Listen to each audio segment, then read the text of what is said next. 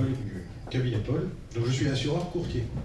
Donc courtier, ça veut dire qu'il ne dépend pas capitalistiquement d'une marque. Donc il y a 40 compagnies à la disposition de nos clients. Le but étant d'aller chercher les meilleurs produits, les meilleures garanties à meilleur prix, donc quels que soient les besoins de nos clients.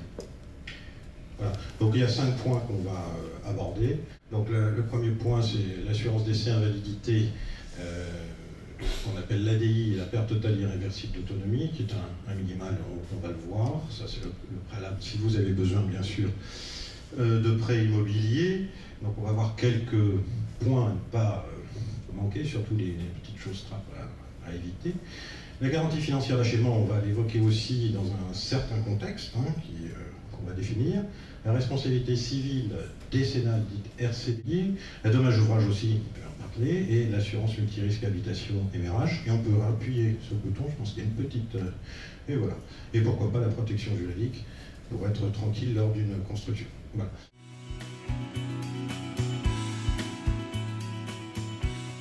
Alors on va commencer par l'assurance décès invalidité.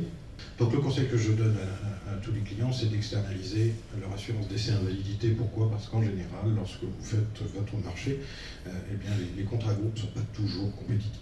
Voilà. Donc il y a depuis la loi dite Lagarde la possibilité d'externaliser. Vous pouvez aussi renégocier bien sûr vos prêts qui sont en cours afin d'optimiser les coûts, donc les primes mensuelles. L'obligation minimale, oui, c'est l'assurance décès, perte totale irréversible d'autonomie, la PTIA, c'est-à-dire en fait là, une perte totale, donc, comme son nom l'indique, donc à plus de 66% de handicap. Ensuite, vous avez des options.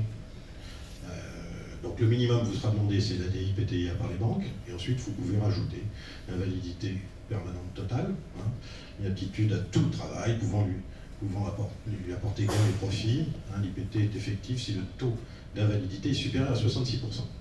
Autant dire que 66%, vous n'êtes pas très bien. Donc, je vous conseille, si vous souhaitez une invalidité supérieure, de prendre une IPP. Donc vous êtes obligé de prendre l'IPT et ensuite de prendre l'option IPP. Invalidité permanente partielle, et la différence, c'est que effectivement, on est couvert entre 33 et 66%. Alors, en dessous, vous allez me dire, en dessous, il n'y a rien. L'ITT, l'incapacité temporaire totale de travail, accident, maladie, et où on est temporairement en incapacité de travailler. Alors, faire attention, lorsque vous avez les contrats, bien les lire, et notamment faire une différence entre l'incapacité à exercer une ou son activité professionnelle. Vous avez, donc c'est très important ça lorsque vous contractez. Les durées de franchise, c'est la période donc initiale pendant laquelle l'assureur ne vous indemnisera pas en cas d'accident ou de maladie. Alors ça varie entre 30 et 180 jours, en moyenne c'est 90 jours, moi je conseille plutôt du 30 jours, ça ne coûte pas beaucoup plus cher. Mais au moins, dès le 31e jour, vous êtes indemnisé. Alors, faire attention aussi, si vous exercez certaines activités, il peut y avoir effectivement des exclusions. On peut tout assurer aujourd'hui sur le marché. Si on vous dit non, si vous faites du quad, si vous en tant que professionnel ou pas professionnel, si vous avez fait des sports à risque, on peut tout assurer.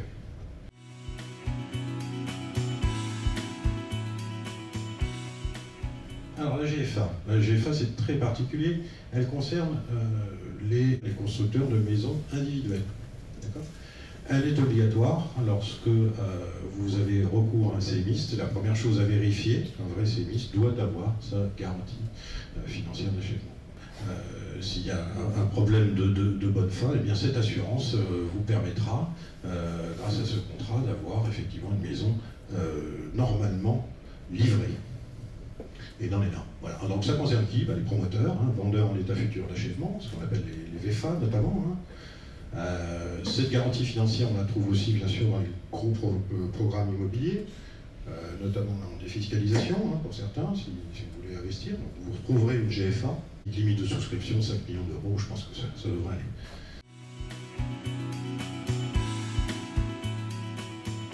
Voilà. La responsabilité civile décennale, voilà quelque chose qui est de droit commun, et notamment qu'on va retrouver dans le Code civil, l'article 1792.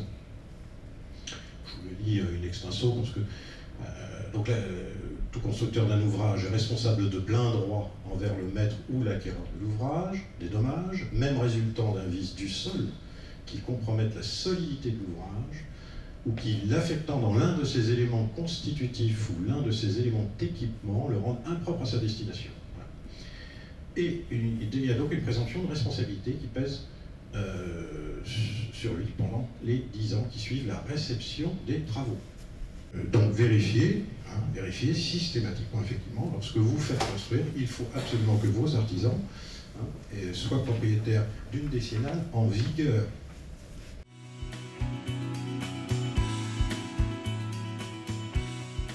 Alors, la dommage ouvrage, c'est une assurance qui a pour objet d'intervenir en préfinancement des dommages de la nature décennale, en préfinancement des dommages de nature décennale.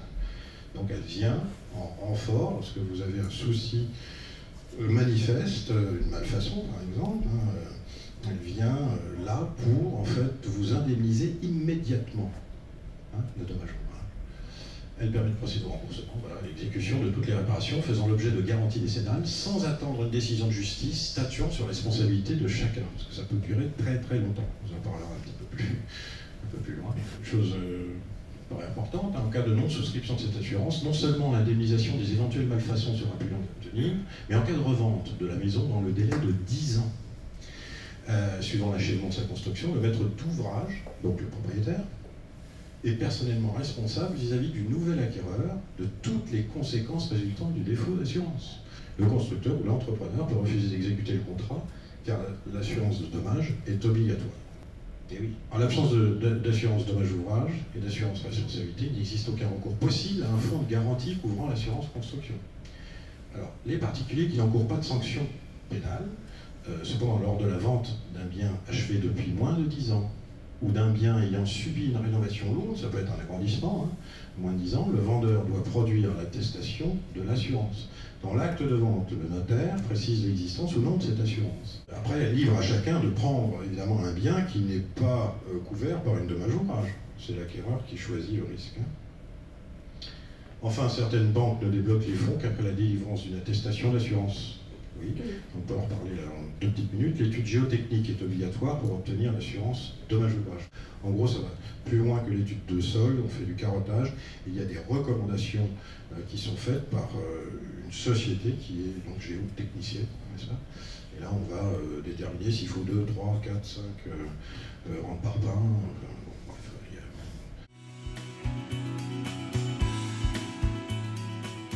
Donc, ensuite, l'assurance multirisque habitation, le hors-d'eau hors-d'air, que vous connaissez certainement. Donc, une fois que vous avez la couverture, les huisseries, les portes, on prend une assurance dite hors-d'eau hors-d'air. Je vous rappellerai des petites choses. La valeur, par exemple, une valeur vénale, en droit des assurances, c'est la valeur vénale à dire d'expert. Donc, c'est-à-dire, j'ai un bien qui est endommagé et j'espère être remboursé au prix du marché. J'ai acheté une télé il y a 8 ans, j'espère qu'on va me redonner l'argent pour avoir la même télé. Sauf que si vous ne vérifiez pas qu'il y a de la vétusté, vous pouvez avoir en fait un remboursement qui va être l'équivalent de 20% de la valeur neuve. Autant dire rien du tout. D'accord ? Donc ça, ce sont des choses qu'il faut que vous vérifiez précisément. Bien sûr, les franchises. Il y a même sur l'absence de vétusté, vous pouvez avoir une vétusté ad vitam aeternam sur les contrats haut de gamme ou pendant 10 ans. Ce que je recommande, c'est au moins 10 ans. Ça, on est tranquille. Sinon, vous avez de la vétusté qui va commencer dès la 2e année pour certains contrats. Donc, c'est pas du tout la même chose. Donc, vérifiez cela. Après, vérifiez aussi les fuites d'eau entre le compteur et la maison. Est-ce que c'est remboursé? Est-ce que je vais toucher quelque chose en cas de fuite d'eau? Certains contrats ne le prévoient pas. Sur les extérieurs, le jardin, est-ce qu'il est couvert ou pas, les murs?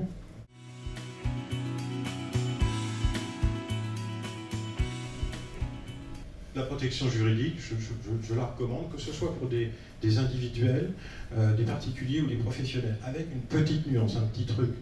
Je fais en sorte de dissocier la protection juridique des contrats de mes clients, d'accord? Donc, que ce soit du professionnel ou du privé. Pourquoi? Parce que je considère qu'une protection juridique vendue dans un contrat, pour moi, peut être sujet à conflit d'intérêts. D'accord? Donc, je fais en sorte d'externaliser, qu'il n'y ait pas du tout de lien entre un contrat maison, un contrat DO, un contrat multirisque professionnel, etc. Protection juridique, vous la séparez et vous êtes tranquille. En plus, lorsque vous prenez un vrai contrat séparé de protection juridique, vous avez des franchises, vous avez des montants qui sont précis, voilà, pour toute intervention. Hein. Et il n'y a pas d'exclusion dans un vrai contrat de protection juridique. Donc, vous devez avoir une protection juridique qui vous servira pour les prud'hommes, pour les vices cachés, problèmes de consommation, etc. Fiscaux, problèmes fiscaux aussi, hein, puisqu'il y a des protections juridiques qui concernent les rapports tendus avec Bercy, ça peut arriver. Merci beaucoup. Merci.